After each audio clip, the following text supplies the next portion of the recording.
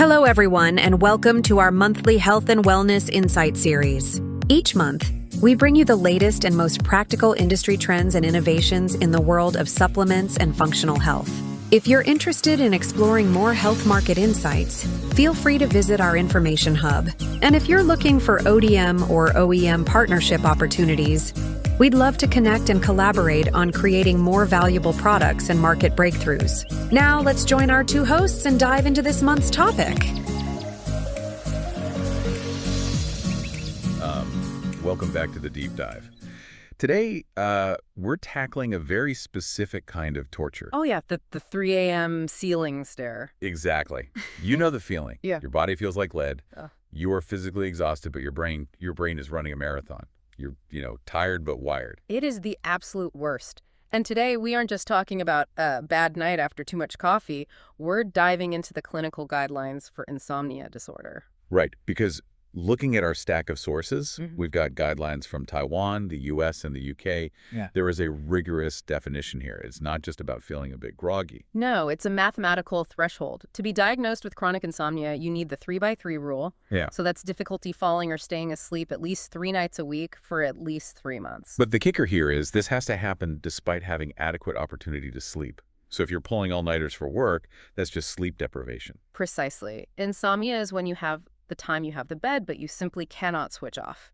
And the research describes this vicious cycle. Like the trap? Yeah, it usually starts with a trigger like stress or work pressure that spikes your cortisol and drops your GABA levels, which essentially cuts the brakes on your brain's arousal system. Okay, let's unpack that because that sounds like a standard stress response. Why does it stick for insomniacs? Because the fear of not sleeping takes over.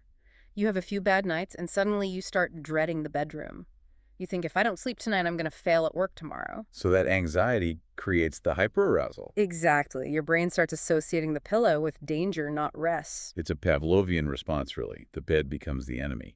And looking at the health data here, the stakes are genuinely high. This isn't just needing an extra espresso. It's completely systemic.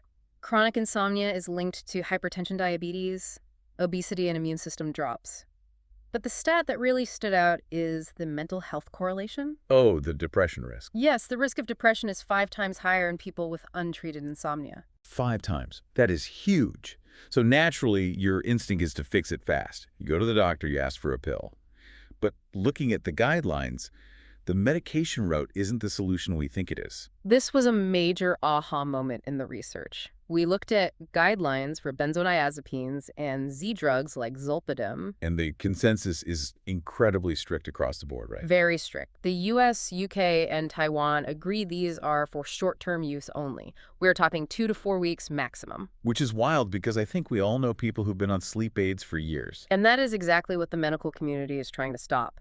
The sources highlight the medication trap. You build tolerance fast, meaning you need more of the drug to get the same sleep. Plus, there's the benzo burden. Right, the cumulative risk of dependency, cognitive impairment, and for the elderly, a massive increase in fall risk. So the pills might knock you out, but they don't actually fix the broken architecture of your sleep. So if meds are just a Band-Aid, what's the actual cure? It isn't a pill, it's CBTI. Cognitive behavioral therapy for insomnia. Correct. It is the first-line treatment globally.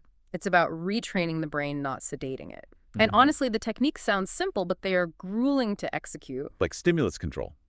That goes back to the bed being the enemy. Right. You have to break that association. The rule is the bed is for sleep and sex. That's it. No worrying, no reading, no phones. And the hard part is if you aren't asleep in 20 minutes, you have to get out of bed. You have to physically leave the room. That sounds completely counterintuitive. If I'm tired, shouldn't I rest? Not if you're awake. If you stay in bed awake, you are reinforcing the idea that bed equals anxiety. You only go back when you are about to drop. That sounds brutal. But then there's sleep restriction, which sounds even worse. It does, but think of it as sleep efficiency training. If you are in bed for 8 hours but only sleeping 5, your efficiency is terrible. You're diluting your sleep with tossing and turning. So you restrict the time in bed to match the actual sleep time. Exactly. You might force yourself to stay up until 1 a.m. This builds massive sleep drive, pure biological exhaustion. So when your head hits the pillow, you pass out immediately. You relearn the feeling of falling asleep fast. Yes, and then you gradually widen the sleep window. Then there's cognitive restructuring, which tackles those catastrophic thoughts we mentioned earlier. Like I'll get fired if I don't sleep. It's sleep boot camp. Now, obviously not everyone can hire a sleep therapist for this. That's the barrier. But the sources mention the rise of DCBTI, digital CBT. Fully automated apps. Yeah, and the data is really promising. It shows they can be effective for people who can't see a specialist, effectively putting the gold standard right in your pocket. So the solution isn't usually in a medicine cabinet.